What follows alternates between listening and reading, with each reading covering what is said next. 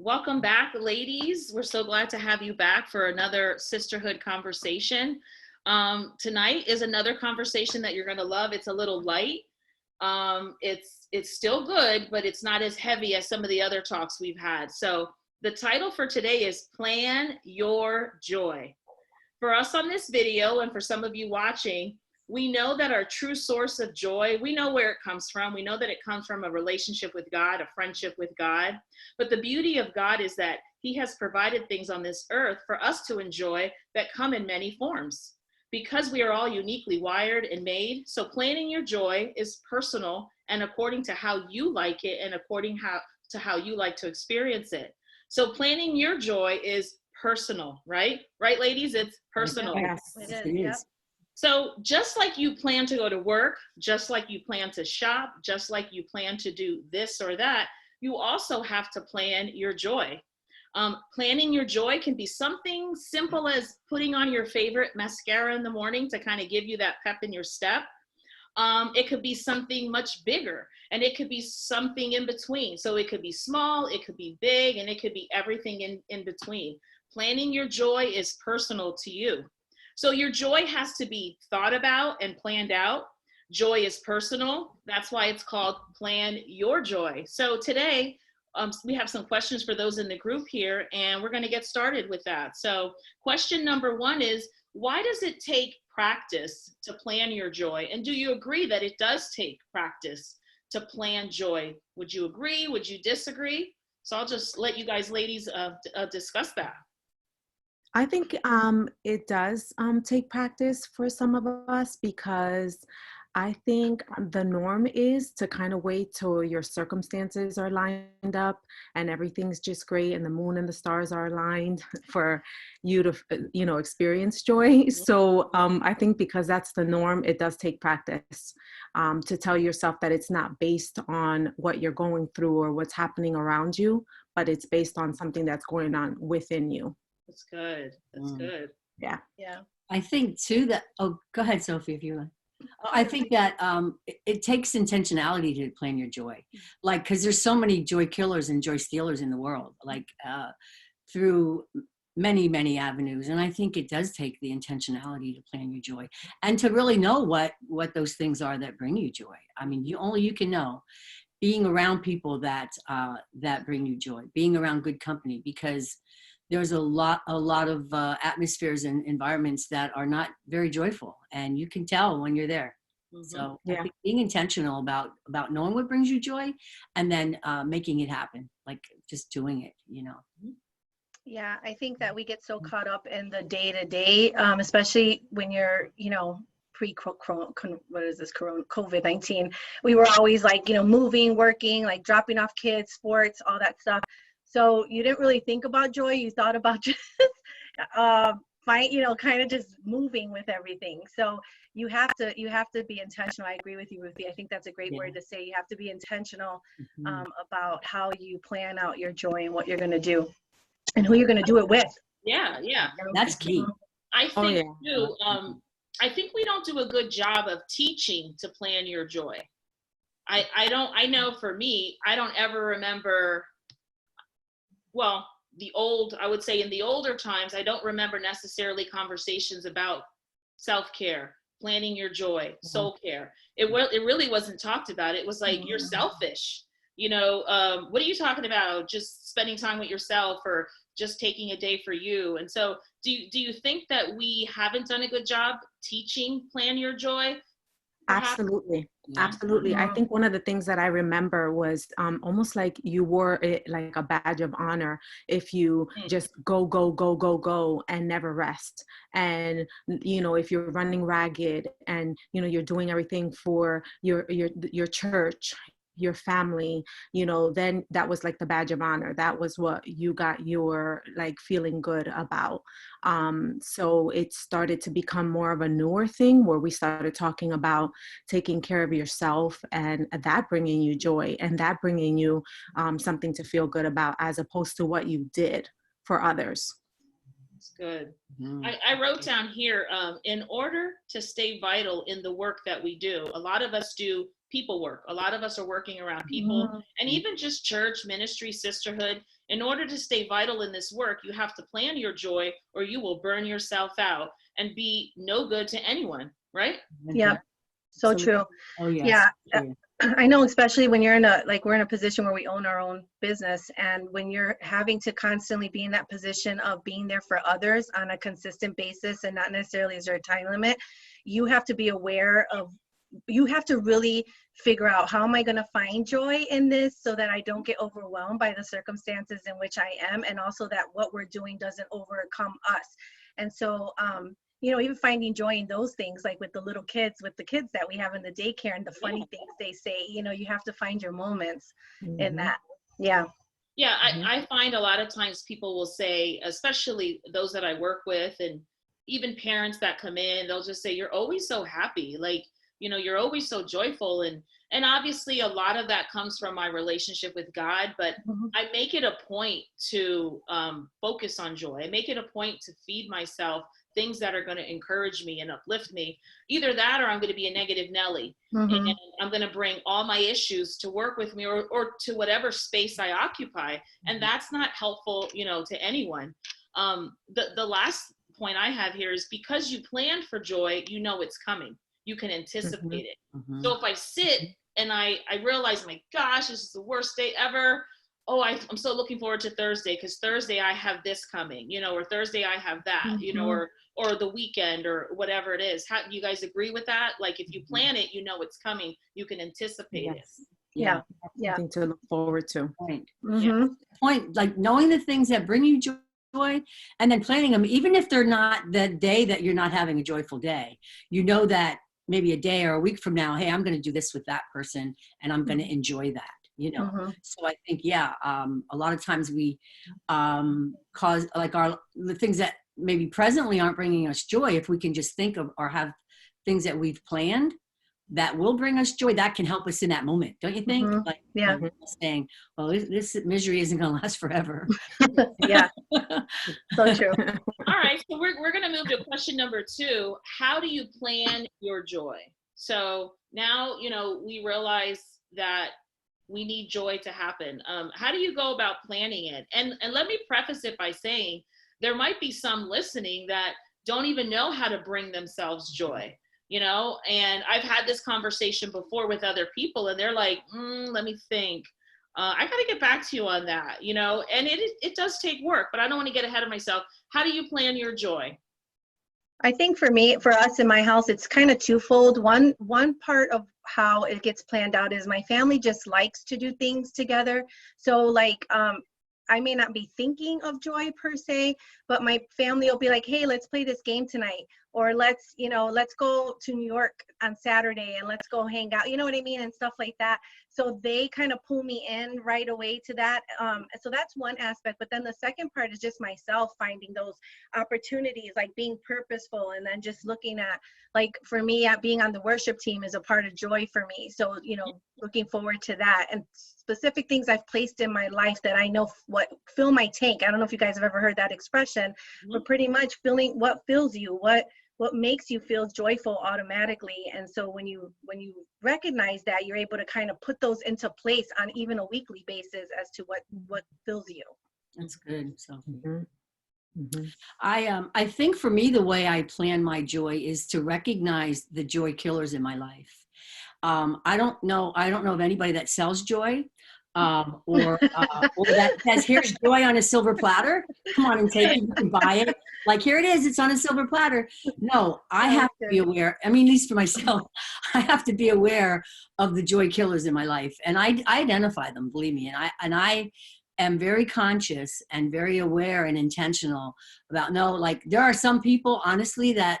Some are well, no, maybe I shouldn't say that. No, there are some people in my life where I have to get in a certain mindset to be around them, because I know I have to. That's horrible to admit, but you know, it's my truth. It's the truth, yeah. And you just have to know the people that are your joy killers, I think. And I think just being intentional about that, and then also planning the things that I enjoy to do with people that I like being with. Mhm. You know, I've done things with people that I thought was going to be joyful, and it turned out to be a disaster, and that's got to be the worst. I mean, I don't know if any of y'all can relate to that. Yes, we've had Yeah. our moments. Yes I'm and yes. sure. What'd you say, Carm? I said, especially if you spend money, you spend all this money, you think you're going to have the time of your life, Girl? and then it's like, get me out of here Yeah. immediately. Yeah. Can I get my money back? It can get tricky, yeah. So anybody else, how do you plan your joy? How do you go about it? For me, I usually put things on my calendar. Like I look at my calendar like weeks ahead and just put things on there that I won't compromise and give up for. So I do that regularly so that because I find that life gets ahead of you and away from you, I should say, and you start, before you know it, you're like, when was the last time I did that? Or when was the last time I did something that just brought pleasure to me and a smile to my heart. So yeah, that's what I do. I plan things out on my calendar. And one thing I know about you, Jody, I know this from working out together, is that you are really good at building relationships with others and keeping those appointments or whatever you want to call it. Just you Yeah. have a good routine, and you're always connecting relationally with others. That's So awesome. Yeah. you And if look I like- wouldn't have put, yeah, it takes serious intention Yeah. and putting things on our calendar and like almost like sacred. Those things, those people and those things become sacred to us and to me personally. So it's just something that if something were to try to infringe upon that, it's like, no, that time is set apart already. So it doesn't leave room for like, oh, well, like if you wait until it happens to you, a lot of times it doesn't. So Mhm. Good. yeah. Yeah, I was Anybody else want to comment on that? Yeah, I was just gonna say that, like when you said the planning, not only planning like your personal things that fill you with joy, but I was thinking like I know what Fred and I plan a lot is like once a month to go away together, just me and him to plan that joy for us. And I think sometimes not sometimes, but I think we can find joy in different areas. Some's with our kids, with our spouse if we have one, by ourselves as well. So for self-care. So I think planning out all those areas, not trying to overwhelm people, but really can really make you more fulfilled, I think, as a person, if we do that. I remember when my grandkids were little, and it brought me so much joy to be with them. Yeah. And I used to have this phrase, when my tank is on empty, my joy tank is on empty, just being around them would fill it up because you get all the love, you get all the kisses. Mhm. Carmen, I'm sure you can relate to that with your grandkids. It's like, and when you other ladies have grandkids, you'll see now they're grown up and it still brings me joy, but I know when my joy tank is empty and I'm identifying more and more what it takes to fill it back up. And I know when they were young, it was so much joy it would bring me. That's good. So one of the things that I wrote down under how do you plan your joy, I think it's important to sit and think about it. You really need to just sit, think, what adds value to my life? What do I enjoy doing that requires little effort, and it just makes you smile. I think, Jody, you mentioned that too. I wrote down what gives you a big Kool-Aid smile, that when you're doing it, you're just like, you're just so happy and your heart's happy and it just fuels you. And then I also think we were on the subject of kids. I think it's important for our children to see us plan joy and have joy. I think they see us enough miserable at times, right? And short, hot-tempered, or whatever the case is. I think it's important too that they see us having joy, planning joy. And, I love when my kids say, oh, you're going away again with Miss Ruth, or, oh, you're going here. And I'm like, yeah, because I have a life and I want to have joy and peace. I'm out of here. Yeah. And why are you up in my business? Because it's my life. Would you guys agree that it's important to model joy for your kids and for them to see you happy? I mean, whoever said that we have to be miserable doing what we're supposed to be doing? But don't you see that there's a lot of miserable people? And I say that carefully because I know people are going through hard things and I'm gentle with that. I'm not trying to be insensitive, but let's talk about that for a second here. Let's talk about how to model that for our kids. Is it important for them to see us be joyful and happy? And Yes. It For me, absolutely is. one of the things that I can vividly recall was one day I was taking a nap. I was laying on my couch and taking a nap after I was watching a show. And I remember Lexus walking in and saying, "Oh my gosh, Mom, I'm so happy you're taking a nap." And I was like, "Okay." And she was like, "You didn't used to do stuff like this. You know, like I never saw you do stuff like this. Like I was always going, going, going and not really stopping to enjoy the journey kind of thing." And so now they get excited when they see me doing little things like that.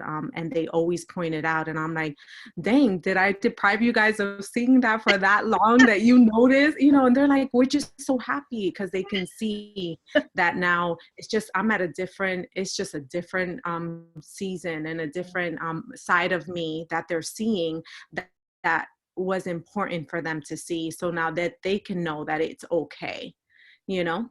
That's good. That's really good. So the other point I wanted to make too is, would you agree or disagree that older generations didn't model this well at times? I think about my mom. My mom was a single mom raising 4 girls, and I'm not saying that my mom, I think a Budweiser was her joy once in a while. She liked her Budweiser. And I do remember that, and that made her happy. That was like her favorite. But she was raising 4 girls. She was a single mom. Like, you know, she's trying to make ends meet. She worked 2 jobs. I don't think she had time to model all this joy. I think her joy was, my kids ate, my kids are sleeping, my kids have a roof over their head, my kids are going to school, and that's how I'm delivering joy. But, you know, I think if it wasn't modeled well, sometimes it took me a long time to figure this thing out. I think this was a game changer for me when I really discovered that I am worth it. I am worth all the joy I bring to my life. I am worth all the planning in the world. But it took me a while to get this. Would you guys agree? Yeah. It was just, Yeah, I didn't learn it till I just learned it recently. I mean, growing up in my house, my dad was an alcoholic, so there was a lot of tensity in my house. So I grew up in, even though the one thing I'll say is my mom loved to laugh. And if anything that I remember was at any moment we could find those of just cracking up even at my dad sometimes because of silly things he would do. But it did create in me, I realized, a very tense way of being. And so I didn't even realize that joy was an issue, honestly, until later on in life in marriage. And my husband happened to be recording me coming in from work. This is when we had the big camcorders. There was not cell phones at the time. And I had the 2 toddlers. And I walk in the house and I looked so miserable. And he brought it up a few months ago and said, look how you looked. And I'm like, yeah, I just hated my life. Like, and not my toddlers or not my kids. It wasn't that. It was, life was so stressful. And that was part of that testimony of financially, you know what I mean? We were going through so much. So it's so funny that now when I look back, as when we moved here and I had my 2 younger ones, my life was so different. I had a lot of positive friends and it was just really different. And you see that then the joy just kind of poured out and I grew into that. And now I find joy in a lot of things. Still love to laugh because that was my foundation, laughing about things. But anyway, so I do see that we do have to model that. And when you don't model it, you see it. You'll see it in your kids and you'll see, you have to kind of remind them too, like, relax, you know, everything's not so serious. Chill out, right? Yeah. yeah, I mean, even though serious things could be happening around us, we can still find joy. Yeah. And we can still not take everything so serious. Yeah. But it takes practice, it takes effort, it takes intentionality. It really takes, you know, using your brain and really stopping that train before it gets, you know, goes down that wrong path. All right, so let's move to question number 3. What brings you joy? And this is the part where we talk about ourselves as far as like what brings us personal joy. And I believe Sophie's going to go first to talk a little bit about what brings her joy. Yeah, the biggest one is my family. I know when I have a long week at work and even the day and coming home to them really brings me a lot of joy. The other thing too is just worship, and being on the worship team does. I really love it. And so going like on Thursday nights for practice and all that is like awesome to me. It just really brings me a lot of joy. And then just As of recently, I started doing a little more to take care of myself. Like I color my hair, which I never used to do before. I get my nails done, which I never used to do before. Stuff like that, that I used to, my eyebrows, like I'll go and actually get them, I'll take the time. Whereas before I was like, I don't got time for all that. So that has really been a game changer too. And then vacation. Vacation's huge for our family. We have to have them as often as possible, all together, all 6 of us. So yeah. That's good. And how about you, Pastor Ruth? Well, there's several things. I mean, I think, of course, encouraging others, seeing other people joyful brings me joy. I believe that, the connections with the people that I love bring me joy. And during this pandemic, I believe just cooking has brought me joy. Sewing masks and giving them to my friends and my family. Being out in my yard. And working in the flower gardens and stuff like that. And just, actually being on Zooms like this has brought me a lot of joy.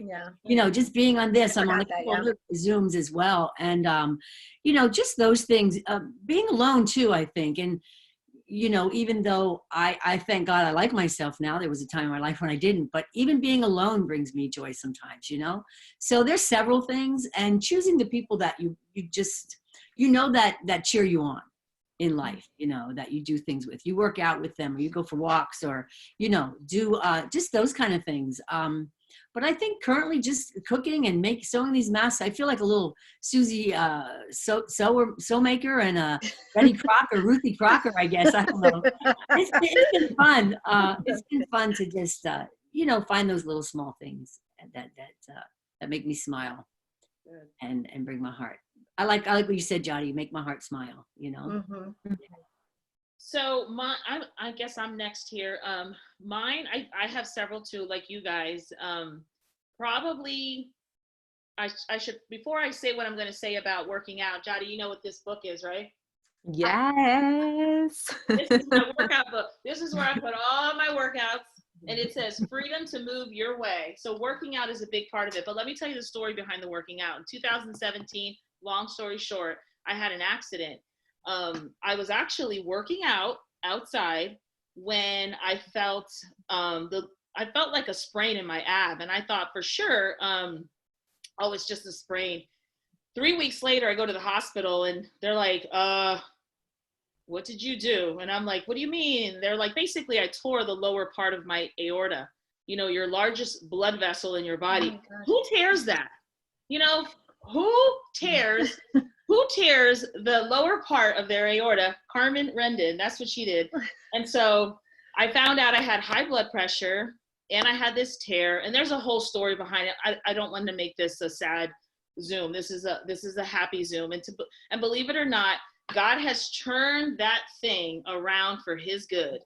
I could have died 5 different ways. That's what they told me.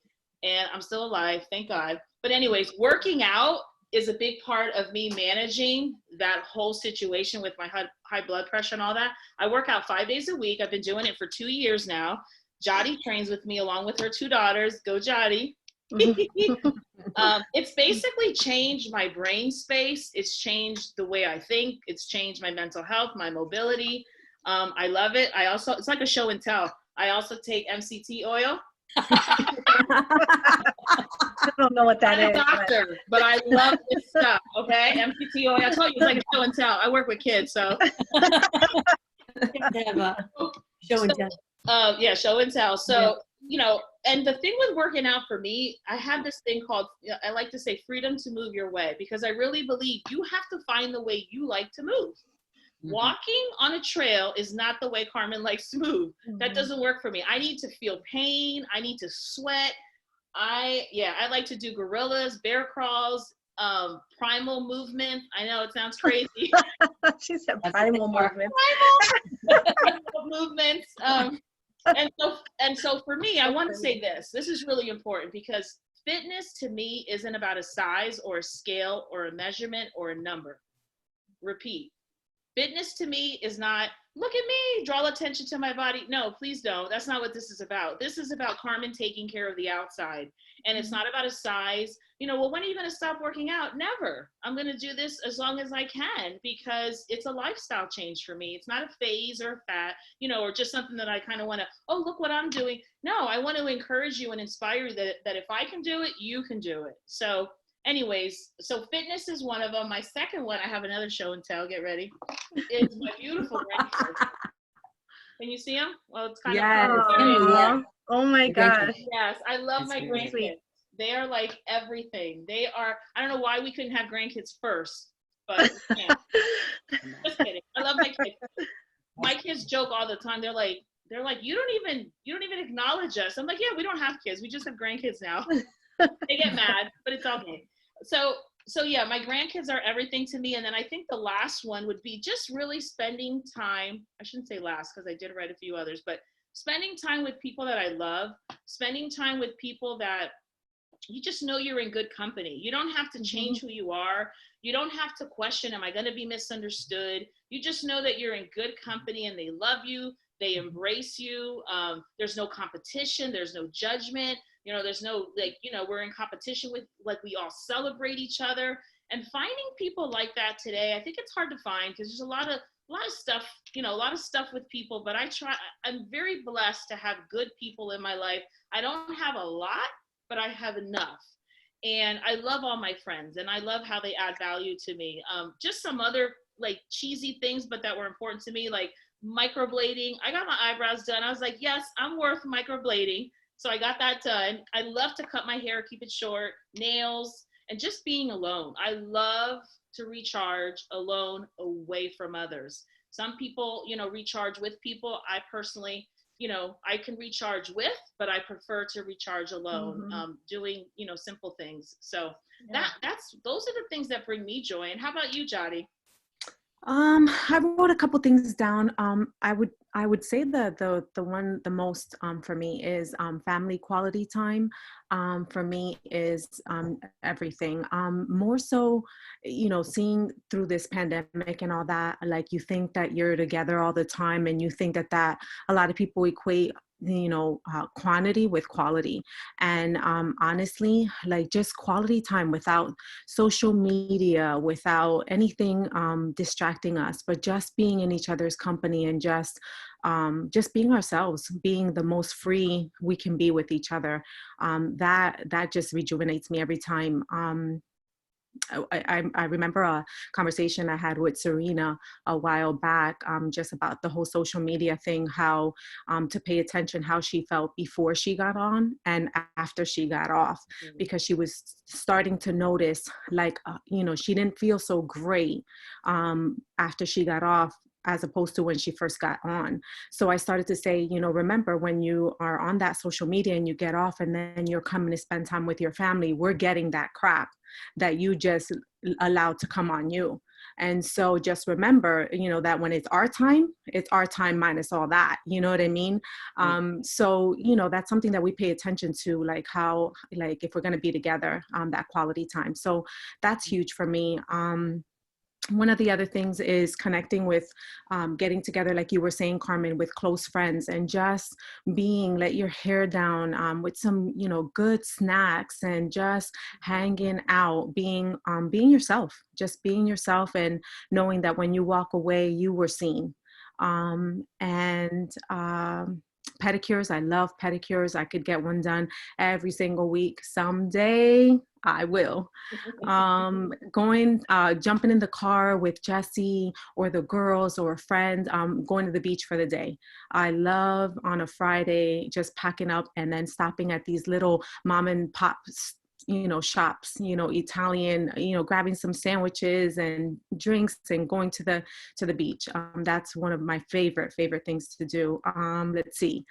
So pretty much pampering of any kind. When you get your hair done, you get a massage, it's like you feel like $1,000,000. You walk away and you're like, that was just all for me. I got such pleasure out of that. So yeah, those are the things I like to do. It's good. It's good. Well, before we close, ladies, anything else you'd like to add about planning your joy? Any words of encouragement for those that are watching? I would say now that we have to be even more intentional because we are in our homes. And so, you know, we can't go get the nails done and the hair. But I've seen people do like spa days in their house with their, you know, their girls, or makeup party, or I'm talking about girl stuff because I have mostly girls, or playing basketball with their son. You know what I mean? Like, you have to now be intentional differently, but it is possible. Mm-hmm. Good. You know, there was a quote I found, if I could read it, Carmen, by Miles Monroe, Dr. Miles Monroe. And it says, people generally fall into one of three categories: the few who make things happen, making our joys happen, the many who watch things happen, and the overwhelmingly majority who have no notion of what happens. Every person is either a creator of fact or the creature of circumstances. He either puts color into his environment or, like a chameleon, takes color from his environment, you know, like kind of blends in. And I think we have to plan that, you know, we have to plan that our environment is going to be one filled of joy because we're intentional about making it happen. And we know and are aware of what those things are, you know, that bring us joy. Yes. Good. Good. That's good. Mm-hmm. All right. Well, thank you, ladies, for sharing. I have a few closing thoughts here. In closing, I just want us to commit to being more playful. You know, God is playful. Being playful is part of your spiritual DNA, and yet we become so serious. God doesn't need you to help him run the world. Think about that. He doesn't need our help to run the world and stay up all night carrying it all and thinking about it. He wants you to be playful and to plan your joy. When I think of Jesus, I think of him being so playful and joyful with his disciples. I envision him goofing off and tripping the others, you know, laughing, telling jokes, being silly, maybe putting his fingers in their hair, you know, or giving them a, you know, little rub in the head with his knuckles. It's okay to not be so serious. Serious things can be happening, but we don't need to be so serious. He wants you to have fun and enjoy the beauty of his creation. Make a list tonight and think of what brings you joy and get to work planning your joy. What are you going to do this week to selfishly make yourself smile? How are you going to make sure you have that weekly, or dare we say every day? Every day you can plan to make yourself smile.